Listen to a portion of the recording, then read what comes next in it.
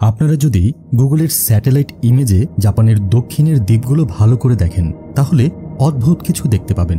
এখানে পারমাণবিক বোমার ধ্বংসলীলার সাক্ষী নাগাসাকি শহর, আর ঠিক তার কাছেই ছড়িয়ে ছিটিয়ে আছে বেশ কয়েকটি ছোট ছোট দ্বীপ। এর মধ্যে কিছু খালি, কিছুতে হয়তো সুন্দর রিসোর্ট আছে, কিন্তু তারপরে রয়েছে এই দ্বীপটি, একটি আস্ত শহরের ধ্বংসাবশেষের ক্ষতচিহ্ন নিয়ে দাঁড়িয়ে থাকা এক ভূখণ্ড। বিশ্বাস করুন বা না করুন, গুগল স্ট্রিট ভিউ এখানে কাজ করে। আপনি একটা পিন ফেলতে পারেন, 360 ডিগ্রিতে ঘুরতে পারেন, আর এই খালি রাস্তা, পরিত্যক্ত বিল্ডিংগুলো ঘুরে দেখতে পারেন। দৃশ্যটা কেমন যেন ভুতুড়ে, তাই না? এটাই স্পষ্ট যে দ্বীপটা বহু বছর ধরে পরিত্যক্ত, কিন্তু এখানে ধ্বংসাবশেষ ছাড়া আর কিছুই অবশিষ্ট না থাকলেও এই ক্ষুদ্র জমির টুকরোর বলার মতো আছে এক বিশাল গল্প। সেই গল্পটা শুধু জাপানের সাম্প্রতিক ইতিহাস নিয়ে নয়, তার চেয়েও অনেক বড় গল্প, কয়েকশো বছরের পুরনো গল্প।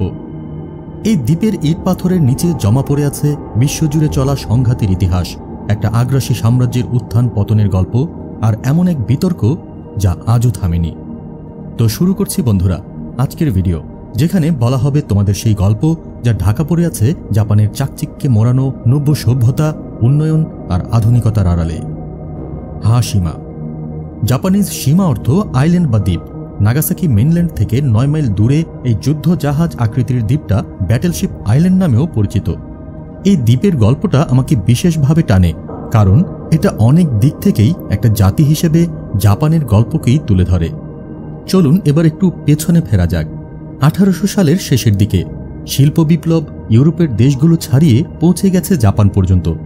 জাপান তখন এক বিরাট শিল্প বিপ্লবের মধ্য দিয়ে যাচ্ছিল। দেশটা একটা কৃষিভিত্তিক সমাজ থেকে পরিণত হচ্ছিল শিল্পপ্রধান শক্তিতে। তৈরি হচ্ছিল রেলপথ, গজিয়ে উঠছিল নতুন নতুন কারখানা আর জাহাজ তৈরির জন্য শিপইয়ার্ড।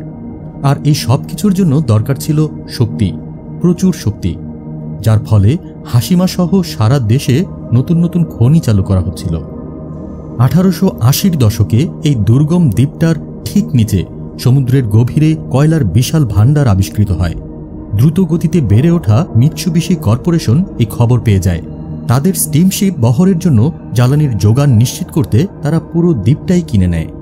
আর ঠিক যেমন এই দ্বীপে কয়লা খনির কাজ বাড়ছিল, তেমনি সারা জাপানেও কয়লার উৎপাদন সমস্ত রেকর্ড ভেঙে দিচ্ছিল। 1874 সালে জাপান 2,08,000 টন কয়লা তুলেছিল। 1890 সালের মধ্যে সেই সংখ্যাটা বেড়ে দাঁড়ায় 3 মিলিয়ন টন, আর 1919 সাল নাগাদ এটা 31 মিলিয়ন টনে পৌঁছে যায়। 1900 সালের শুরুতে খনি যত বড় হতে লাগলো, তত বেশি শ্রমিকের প্রয়োজন হলো, আর তাদের থাকার জন্য অন্য জায়গারও দরকার পড়ল। তাই মিৎসুবিশি দ্বীপটাকে কৃত্রিমভাবে বড় করতে শুরু করলো। খনি থেকে ওঠা বর্জ্য বা স্ল্যাগ ব্যবহার করে নতুন জমি তৈরি করা হলো, আর এই নতুন ভঙ্গুর জমিকে সমুদ্রের প্রবল ঢেউ আর টাইফুন থেকে বাঁচাতে দ্বীপের চারপাশে উঁচু কংক্রিটের দেওয়াল তোলা হলো, ঠিক যেন একটা দুর্গ। এই নতুন জায়গা মূলত খনির কাজেই ব্যবহার করা হতো, আর মূল দ্বীপের পাথুরে উত্তরাংশে তৈরি হয়েছিল থাকার জায়গা। হাশিমা দ্বীপ আর জাপানি সাম্রাজ্য যেন এক অপরের প্রতিচ্ছবি ছিল, কারণ ঠিক যেমন দ্বীপটা আয়তনে বাড়ছিল, তেমনি জাপানি সাম্রাজ্যও তার সীমানা চলছিল। সম্পদ আর প্রভাব বাড়ানোর নেশায় জাপান শাখালিন দ্বীপ আর কোরিয়ার কিছু অংশ দখল করে নেয়, সেখানকার মানুষের ওপর নিজেদের শাসন চাপিয়ে দেয়। এদিকে হাশিমায় জায়গার সর্বোচ্চ ব্যবহার করা হচ্ছিল। চাষবাস বা খাবার ও জলের জন্য মূল্যবান জমি নষ্ট না করে সবকিছু মূল ভূখণ্ড থেকে আমদানি করা হতো। এর ফলে খনি ছাড়া দ্বীপের প্রতি ইঞ্চি জমি ব্যবহার করা হয়েছিল আরও বেশি আবাসন, শ্রমিক ও তাদের পরিবারের জন্য স্কুল, হাসপাতাল, দোকান, এমনকি একটা সিনেমা হল বানানোর জন্য। তারা একটা পাচিনকো পার্লারও তৈরি করেছিল, যেখানে শ্রমিকরা গিয়ে জুয়া খেলতে পারত। হাশিমা যত বাড়তে লাগলো, আরও কৃত্রিম জমি যোগ হলো, আরও কংক্রিটের কাঠামো উঠল, দ্বীপটা তার চেনা আকৃতি পেতে শুরু করলো।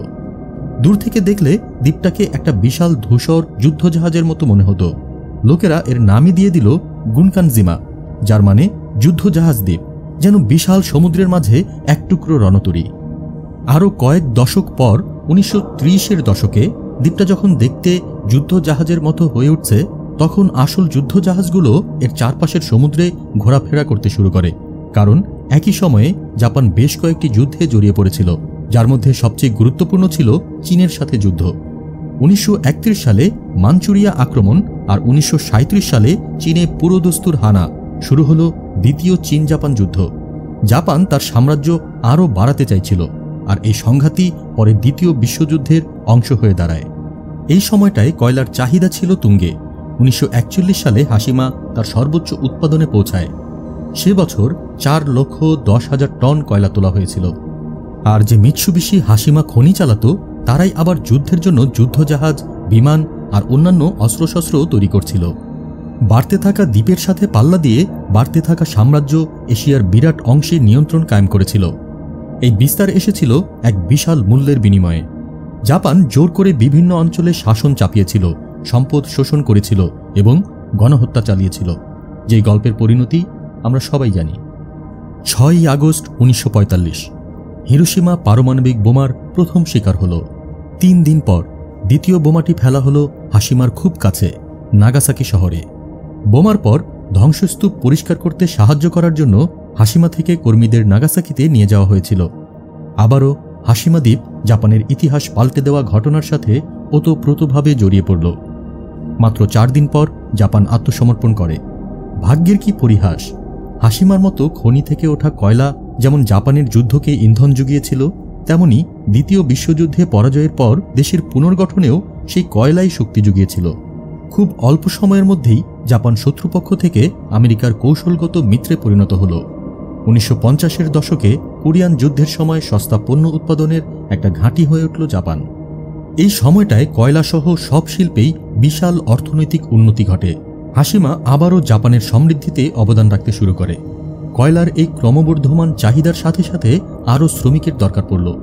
1959 সাল নাগাদ হাসিমার জনসংখ্যা সর্বোচ্চ পর্যায়ে পৌঁছায়। 5,259 জন লোক ছোট্ট দ্বীপের ঘিঞ্জি পরিবেশে বাস করত। এটি জাপানের ইতিহাসে সবচেয়ে ঘনবসতিপূর্ণ স্থান হয়ে ওঠে। কিন্তু কয়লা তো অফুরন্ত নয়। 1970-এর দশকের মধ্যে হাসিমার খনি প্রায় খালি হয়ে আসতে লাগল। আর ঠিক সেই সময়েই পেট্রোলিয়াম শক্তির প্রধান উৎস হিসেবে কয়লার জায়গা নিতে শুরু করল। এর প্রতিক্রিয়ায় মিৎসুবিশি 1974 সালের জানুয়ারিতে ঘোষণা করল যে তারা খনি বন্ধ করে দেবে। সমস্ত বাসিন্দা আর শ্রমিকদের মাত্র 3 মাসের মধ্যে দ্বীপ ছেড়ে চলে যেতে হবে। 1974 সালের এপ্রিলে শেষ নৌকাটি হাসিমার অবশিষ্ট বাসিন্দাদের নিয়ে চলে গেল। তারপর থেকে কয়েক দশক ধরে হাসিমা বন্ধ ছিল, প্রবেশ নিষিদ্ধ। মিৎসুবিশি তখনও জমির মালিক, কিন্তু কোনো কাঠামো রক্ষণাবেক্ষণের কোনো আগ্রহ তাদের ছিল না। তাই বিল্ডিংগুলো ভেঙে পড়তে শুরু করল। একসময়ের ব্যস্ত শহরটা পরিণত হল এক ভূতের শহরে, যা ধীরে ধীরে রোমাঞ্চপ্রিয় আর ডার্ক ট্যুরিজম কমিউনিটির নজর কাটতে শুরু করল। প্রবেশ নিষেধ থাকা সত্ত্বেও দুঃসাহসী অভিযাত্রীরা ঠিকই দ্বীপে যাওয়ার পথ খুঁজে নিত, ঘুরে বেড়াত ভেঙে পড়া বিল্ডিংগুলোর ভেতর, যেন নিষিদ্ধ সবকিছুতেই কৌতূহলের খোরাক। কিন্তু তারপর 2009 সালে জাপান সরকার মত বদলাল। তারা পর্যটকদের জন্য দ্বীপটি আবার খুলে দেওয়ার সিদ্ধান্ত নিল। সরকারিভাবে অনুমোদিত ট্যুরিস্ট গ্রুপগুলোকে দ্বীপে পা রাখার অনুমতি দেওয়া হলো। এই উদ্দেশ্যে দ্বীপের একটা অংশে নতুন ডকিং এরিয়া আর সুরক্ষিত হাঁটার পথ তৈরি করা হলো। এখন ট্যুরিস্ট বোটগুলো দ্বীপের চারপাশে ঘুরে দেখাতে পারে, নোঙর করতে পারে। দ্বীপটা আবারও জাপানের অর্থনীতিতে অবদান রাখতে শুরু করল, এবার পর্যটন কেন্দ্র হিসেবে।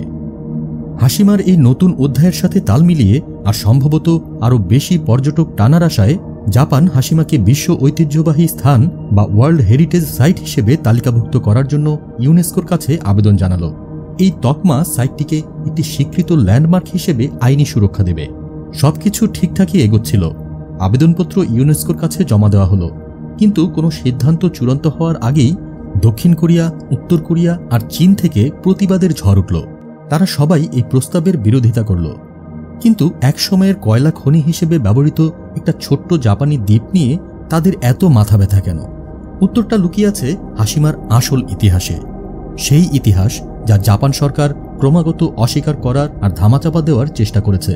কারণ আমরা এতক্ষণ যে গল্পটা বলেছি সেটা সত্যি হলেও অসম্পূর্ণ। বাস্তবে হাসিমা শুধু একটা কয়লা খনি ছিল না, এটা আসলে একটা কারাগার ছিল। জাপান যখন এশিয়া জুড়ে তার সাম্রাজ্য বিস্তার করছিল, তখন শুধু কয়লার চাহিদা বাড়েনি, সেনার চাহিদাও বেড়েছিল। জাপানি আর কোরিয়ান পুরুষদের জোর করে সেনাবাহিনীতে পাঠানো হচ্ছিল। এর ফলে কলকারখানায় শ্রমিকের বিশাল অভাব দেখা দেয়। আর এই শূন্যস্থান পূরণ করার জন্য কোরিয়ার পুরুষ আর কিশোরদের জোর করে কাজ করতে বাধ্য করা হয়। মিৎসুবিশির মতো কোম্পানিগুলোর জন্য। জাপান যখন চীন দখল করছিল তখন চীনা যুদ্ধবন্দীদেরও জোরপূর্বক শ্রমে লাগানো হয়েছিল হাসিমার মতো অনেক জায়গাতেই। এই জোরপূর্বক শ্রমিকদের জন্য পরিস্থিতি ছিল অমানবিক। হাসিমার একজন বেঁচে ফেরা মানুষ সু জং উ বর্ণনা করেছেন কিভাবে মাত্র 14 বছর বয়সে তাকে তার গ্রাম থেকে ধরে নিয়ে আসা হয়েছিল। নৌকায় করে যখন তিনি হাসিমার কাছে পৌঁছান তখন দ্বীপটাকে ঘিরে থাকা উঁচু কংক্রিটের দেওয়াল দেখে তার মনে হয়েছিল ওটা বন্দীদের আটকে রাখার জন্য তৈরি করা কারাগারের দেওয়াল। তাকে আরও 6-7 জন জোর করে ধরে আনা শ্রমিকের সাথে একটা ছোট্ট ঘরে রাখা হয়েছিল। খনির ভেতরে কাজ করা ছিল আরও কঠিন, নির্মমই বলা চলে, কারণ তাপমাত্রা 37 ডিগ্রি সেলসিয়াস পর্যন্ত উঠত। সাথে বাতাসের আর্দ্রতার মাত্রা ছিল অস্বাভাবিক রকমের বেশি।